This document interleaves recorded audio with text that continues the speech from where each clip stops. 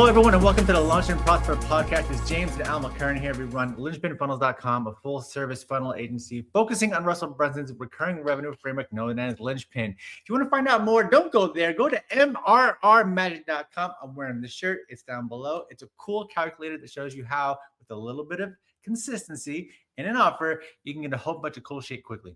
Cool. Today, we're talking about psychology, specifically the psychology of finding the thing that's holding you back to going to the next level. Why? Because I'm in that shit right now. Let's talk about it. All right. Also, Alma is world-class at this, and all she does all week long is find people's crap and help them see what the issue is and do whatever she does. I'm not even going to try to figure it out because I'll let her talk. But anyways, yeah. Ready? Right. Kick it off? All right. So context. I have been a technologist for a very long time. I am the guy who equates my technical ability with results and value. It's been a good thing for me. Lots of like positive associations in my brain, but I don't scale. I don't. There's only so much of me, only so many minutes. Yeah. I mean, if I'm scaling, I hope it's muscles and not belly, right? But there's only so much that I can do. And our business is growing. And I am, I've had these identities and these like beliefs about I need to be the one who knows how to do every single thing at all times. The boss, the supervisor needs to know how everything is done, in case something goes around, so someone gets hit by a bus, if something happens, like I need to be able to figure it out, right? But that mentality has kept us smaller than we know we can be. And there's another level that exists beyond me doing all of the individual things, or at least keeping track of all the individual things as though it was me doing it. And I'm not doing a lot of it. We have amazing people that work with us, and like the sum, the results are greater than the sum of the parts. I'll say that. Yes. But there's just, there's still mentality stuff. There's still like me thinking that I need to do a lot of things. I took on a client recently and I was like, I'm just going to do this one. I'm just going to do it. It's going to be small. I'm going to do this. Like, what am I thinking? Like, I need to be doing so much more in the realm of strategy and like YouTube and like innovation. Like, I know how to do software with or without AI. So like coming up with things that are SaaS, like real SaaS, not fake SaaS, to add value to entrepreneurs' lives. Like, there's so many things that are better leveraging my abilities, and I'm just like not getting it. I'm not leveling up. So that's the example that's come up for us. We've talked through it. Alma's helped show me a couple of things. And I just know that everyone has this. Like, everyone has this.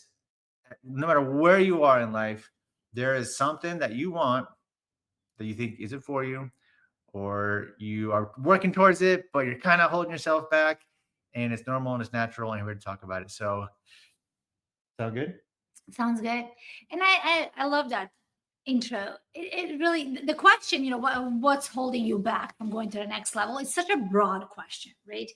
It's kind of woo-woo in its own way.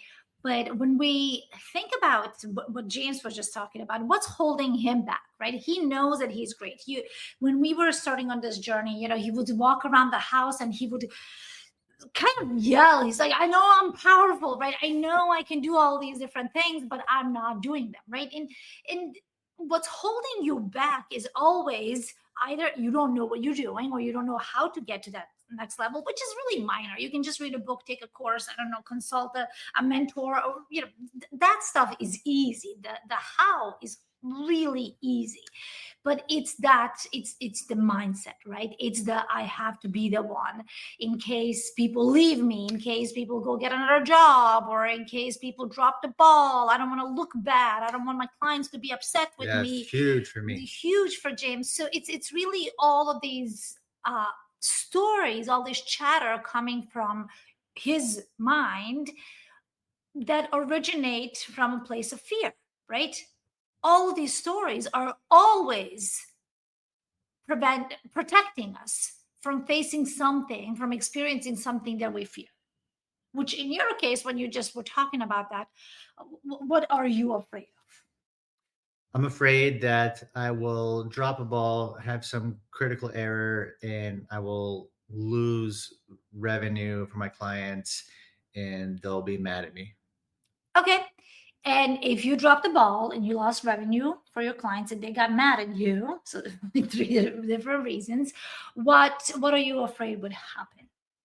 That they would not want to work with me anymore, that they would tell other people to not work with me, and that it would trigger this cascade of negativity that I would be unable to dig out from under, and it would all just die. It's catastrophizing in a nutshell. Sure. Yeah.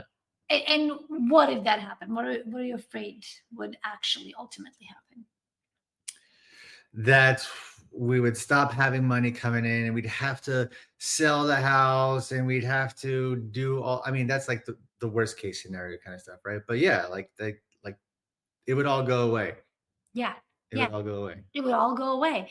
And see, all of those fears, they stem from our basic needs. If you are familiar with Maslow's hierarchy of needs, one of our most basic needs is that physical safety, right?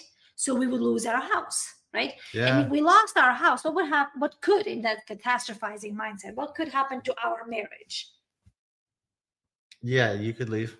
Exactly. You So never you would, lose. and I know that, and I Right. never worry about that. Subconsciously, you know Yeah, that, yeah, yeah, but yeah. subconsciously, that Yeah. fear is primal, right? Yeah. Fear is not logical. So subconsciously, on a primal level, you are afraid that you would lose belonging too, Yeah. right? A sense Yeah. of belonging, right? Yeah. So we have physical safety is threatened, and a sense of belonging is threatened, right? Right. And if you no longer belong to your family, to that primal mind, what happens? I'm alone. Therefore, if adverse conditions, if the environment changes, I'd be alone. And those who are alone historically died off. So the anxiety would kick in, and it would just be a big storm. Exactly. So it always goes back to those primal fears, right? Well, yeah. To so that's why, that whole mindset of just do it, just do it scared, do it anyway. Yes, that stuff is useful, but we really have to first understand where a person is coming from, right? We can't just be like, well, don't worry about me, I'm never going to leave you, don't worry about it, we're going to be able to keep our house. Yeah, to the conscious mind that makes sense, but to that primal part of you, it is a very, very scary thing. And we are conditioned to value those things, to value belonging, to value physical safety, so that we can survive and I don't know what am I trying to say? Procreate. Procreate, Yeah. and Multiply. multiply and keep our DNA going, right? Right. So that's really where that is. So that is the answer to that question, what's holding you back from going to the next level, that is what's holding you back. So for us, James was so vulnerable about this, and I have my own fears, which are very, very similar, right? So when we address those, and we kind of almost sit in front of ourselves, and we're like, hey buddy, or hey gal, I see it, I get it, I see what you're afraid of, I recognize what you're terrified that could go wrong, and right, and let's now look at the reality. Right now, let's see, hey, who has left you, or who has left you lately, right? Or have you been able to keep your house? What adverse conditions have you faced and conquered and gotten stronger through, right? So now we're kind of looking at the reality, at your past experiences and your present uh, safety. I Mhm. I love that. And especially the fact that you are practicing self-compassion. Mhm. I feel like this is a good opportunity to talk like inner child, because it's, you know, I actually don't know what the Christian lens is for that, if they even have a notion. I'm new to Christianity, so I'm curious to know what it is. But from other spiritual practices and psychological areas, I know that like there's this notion of this inner child that you are the you are the protector of. You talk with you're the mature, resourced parent of the current, not the immature, unresourced child of the past. And through self-compassion, you can calm the nervous anxiety energy coming from within you in order to take steps forward. Yeah, Absolutely. But even if you think about it, even if you don't go into the other stuff, but if you look at science for a minute, right? Um, most of your developmental, most of your development is done between the ages of 0 and 6 or 7, right? So if your safety was threatened, if you were left alone, if you were abandoned, if you were dismissed, if you were threatened, some of us were threatened. Hey, if you keep acting up, I'm gonna leave you, or like, oh, I'm gonna lock you in a room, or something. If you think about it, during those the first 6 to 7 years of your life, if something did happen, some sort of physical or belonging threat did take place repeatedly, right? We don't, our subconsciousness doesn't store stuff when it happens once, right? It has to be a pattern, it has to be a repeat. Unless it's a traumatic event. Right, unless the major traumatic event.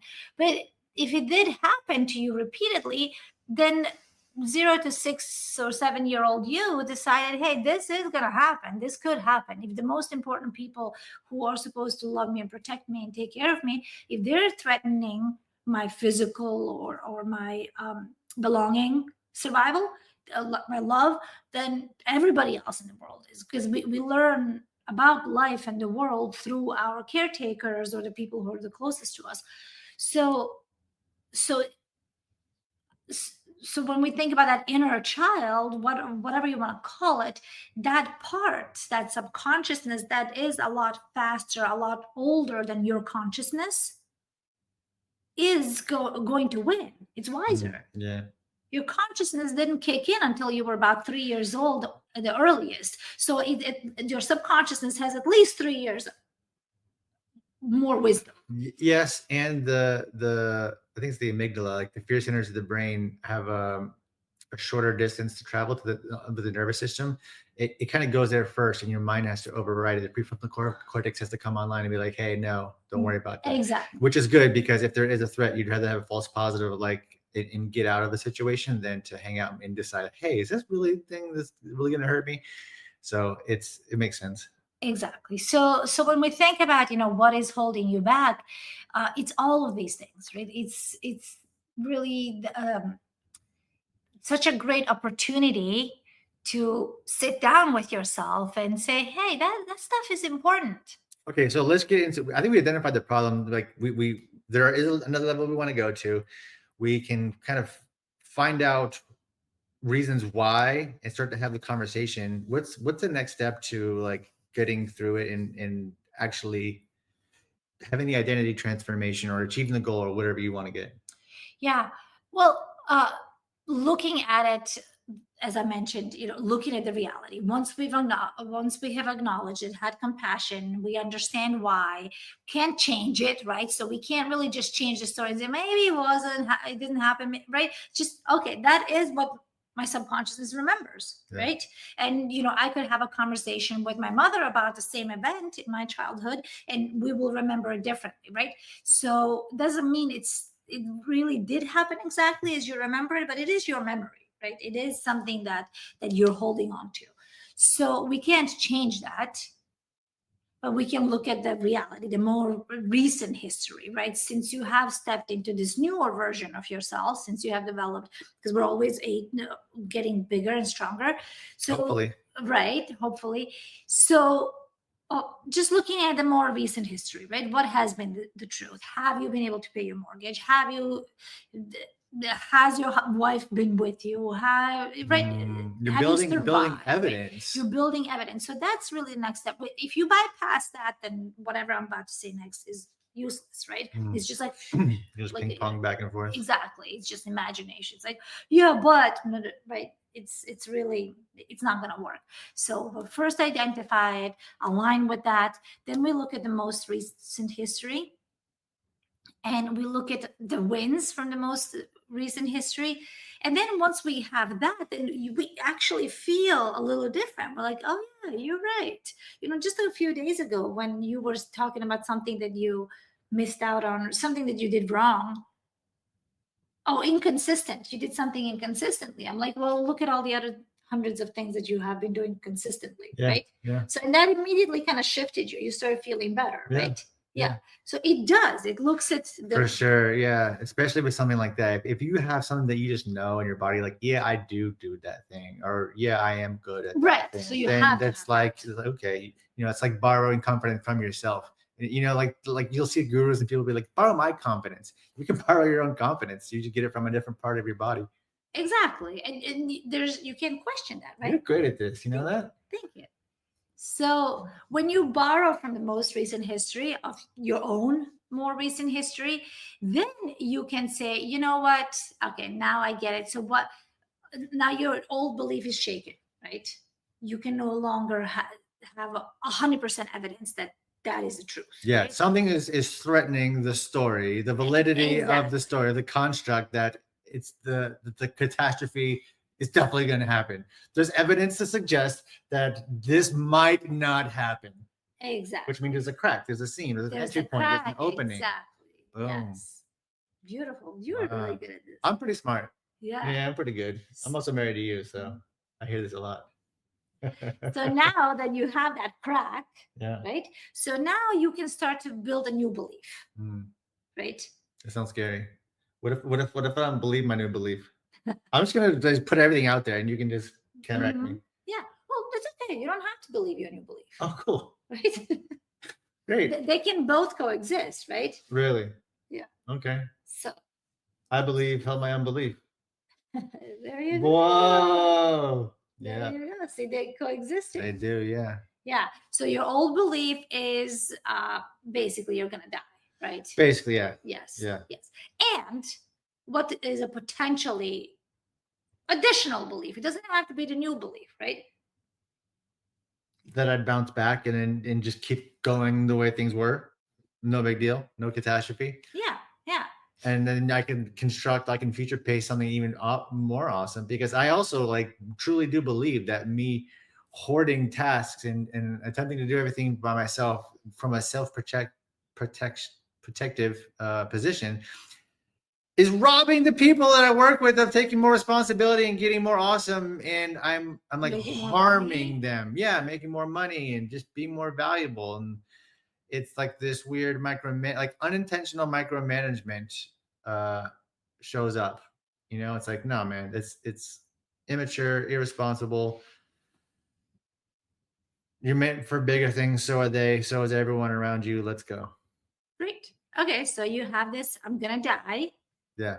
Another one is I'm gonna bounce back. Yeah. Right? Because now we have a crack and you have seen yourself bounce back. So right? many times. Yeah. And there's another one where you're robbing other people of their greatness. I'm being irresponsible being by doing this. Irresponsible. Okay, so now we have three. We have three beliefs to choose from. Sure, right? yeah. Yes. And I can come up with more. Exactly. You can come up with more. So now, in order for you to hold all three of these beliefs as true, because they all are potentially true, right? So who do you have to see yourself as? It's easy for me because I see the freedom that gets unlocked with the responsible version and the goals that I've been putting off and to the side that would be more approachable with this new version. So I just step into that. Like I step into the artist in me. I step into the software developer, SaaS owner in me. I step into these other things, the NFT creator in me. There's all kinds of other roles that are right there that I can smell. They're right there. Yet my habits and old beliefs kind of keep me anchored to have that be just out of reach. Yeah. And let's use that old belief. Right? So we're not going to make it wrong. Again, we can't make it wrong, right? So if we use that old belief, how can that help you? That old belief. Like actually try to find it positive? Actually try to find positive.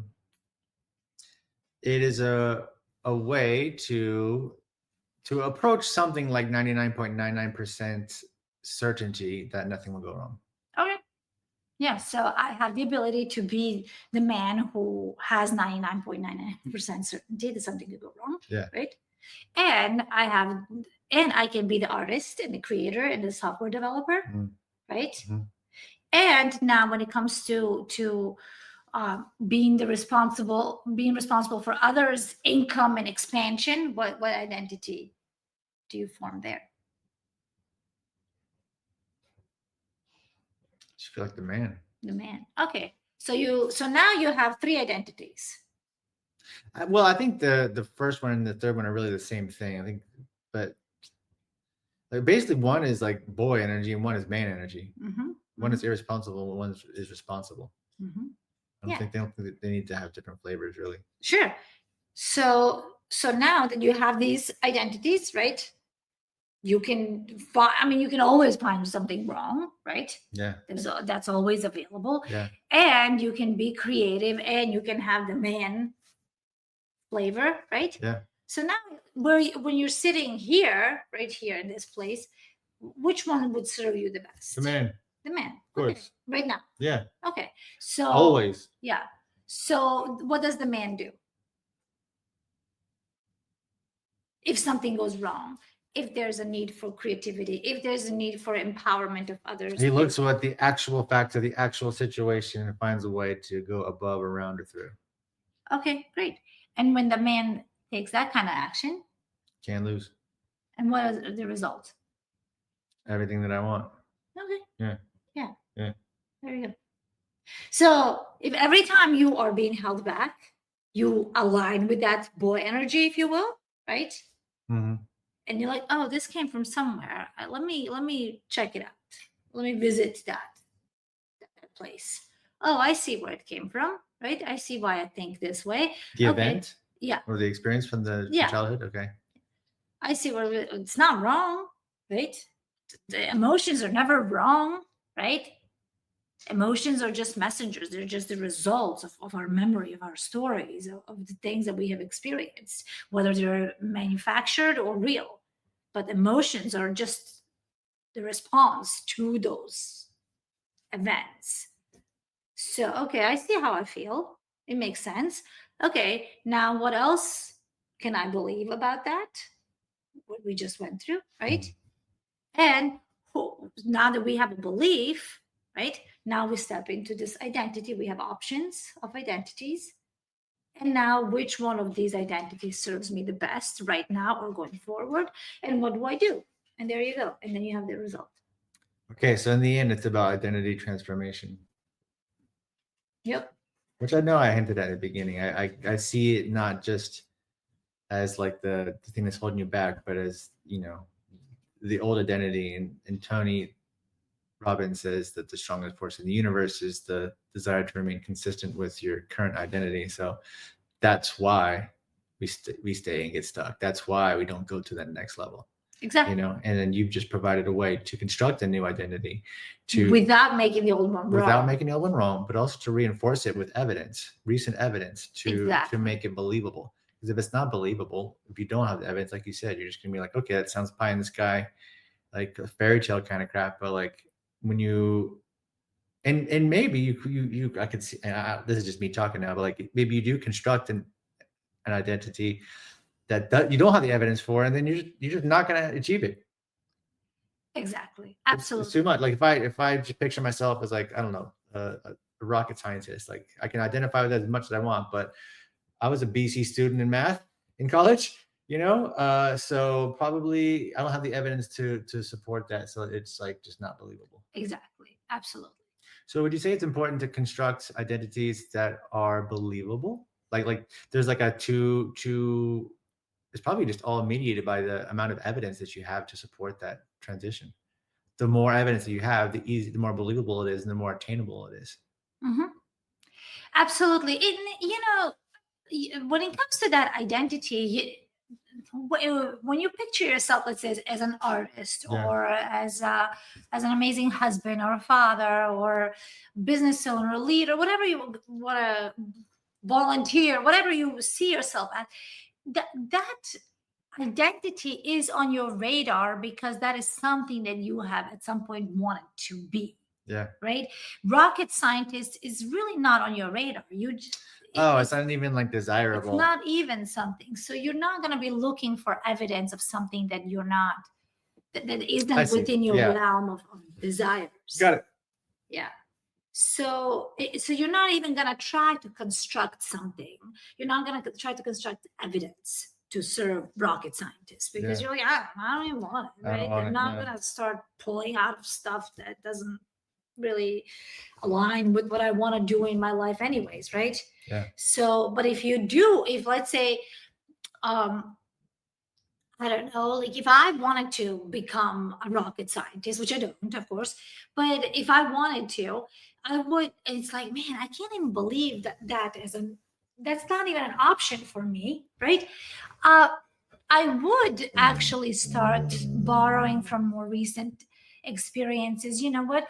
I learned a new language, right? Mm. That, like, who am I to learn? I don't know, German, right? It's like, and then I learned a third language. It was like, okay, well, now I speak two additional languages. Okay, I get it, right?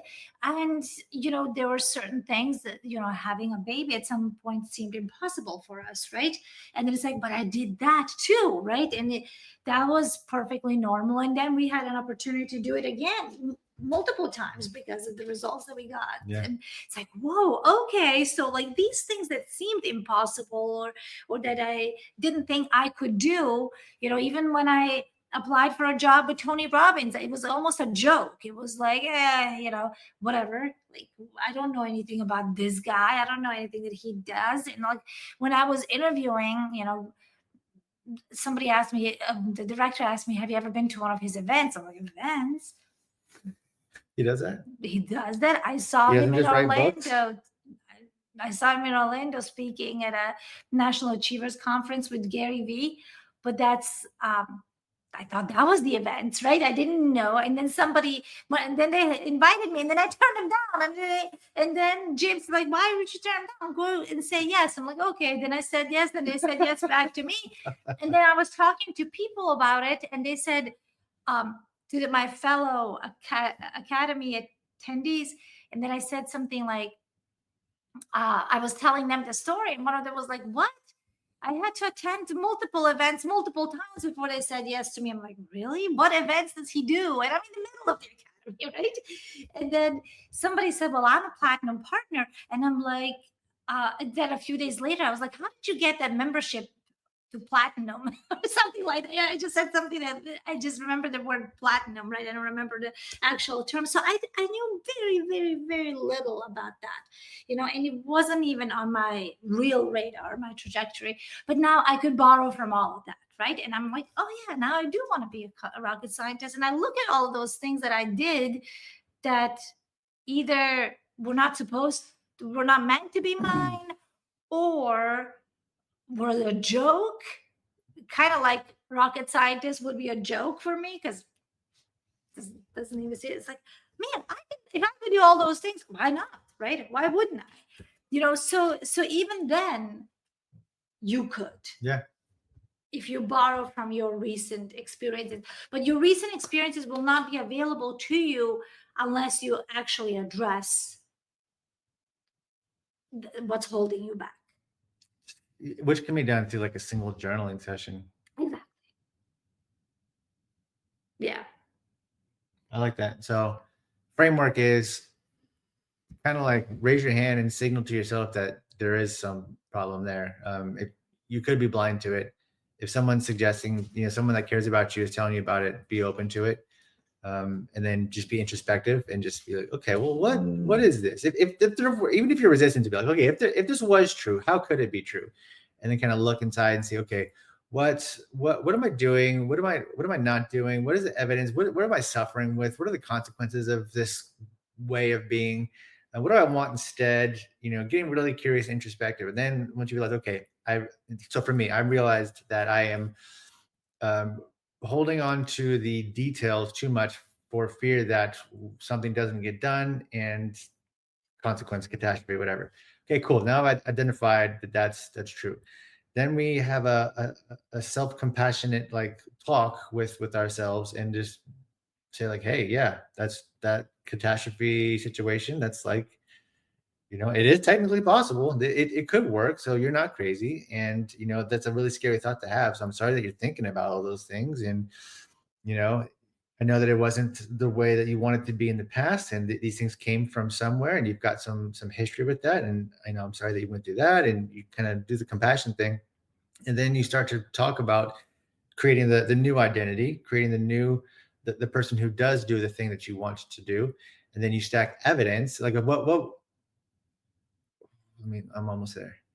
You need to look into your actual past, either recent or distant, and find evidence to support the patterns or behaviors or ways of being of the new identity. The cessation of the things you're not doing and the addition of the things that you are doing. When have you done that? Have you done anything close to that before?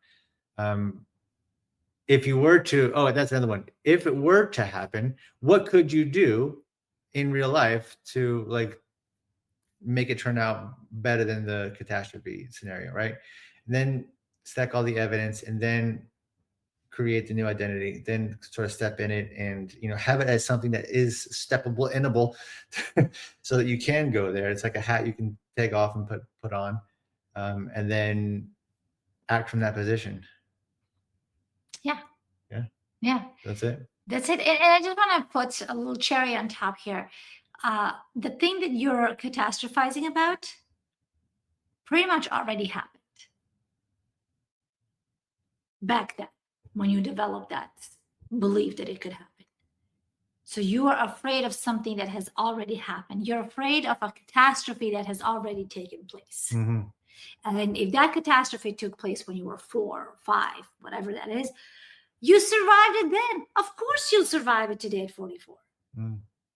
With the limited resources that you have. That's so fucked up, because when I think about like the surviving of the thing, I think about how it raised up to the capacity and like overflowed past what it was overwhelming, all consuming. It was. Right. And so that like that aspect of it, not like the actual like size of the problem or the weight of the problem, that can be it's the feeling of being overwhelmed, and it's like the relative overwhelmment, but like the absolute like amount of struggle or weight or whatever, I'm thousands of times more capable now than I was.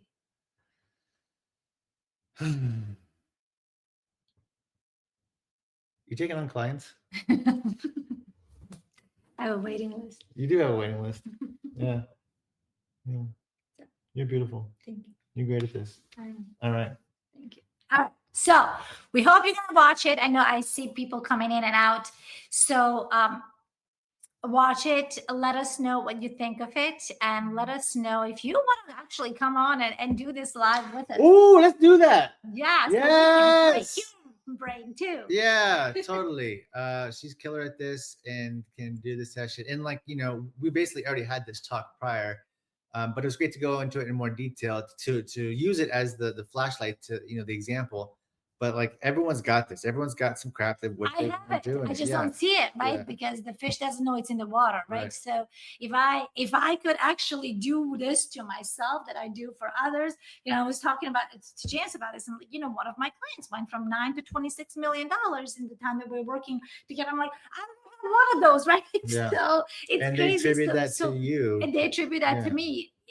Even though they're in Peter Diamandis' A360 and Tony Robbins Platinum Partnership and all these things, they attribute all of their success to the work that we do together. But you would think, so I'm trying to have two thoughts at the same time because I get really excited about this. So what I want to share here is that it doesn't mean that I know better than you. It just means that I can see it in somebody else where I can't see it in myself.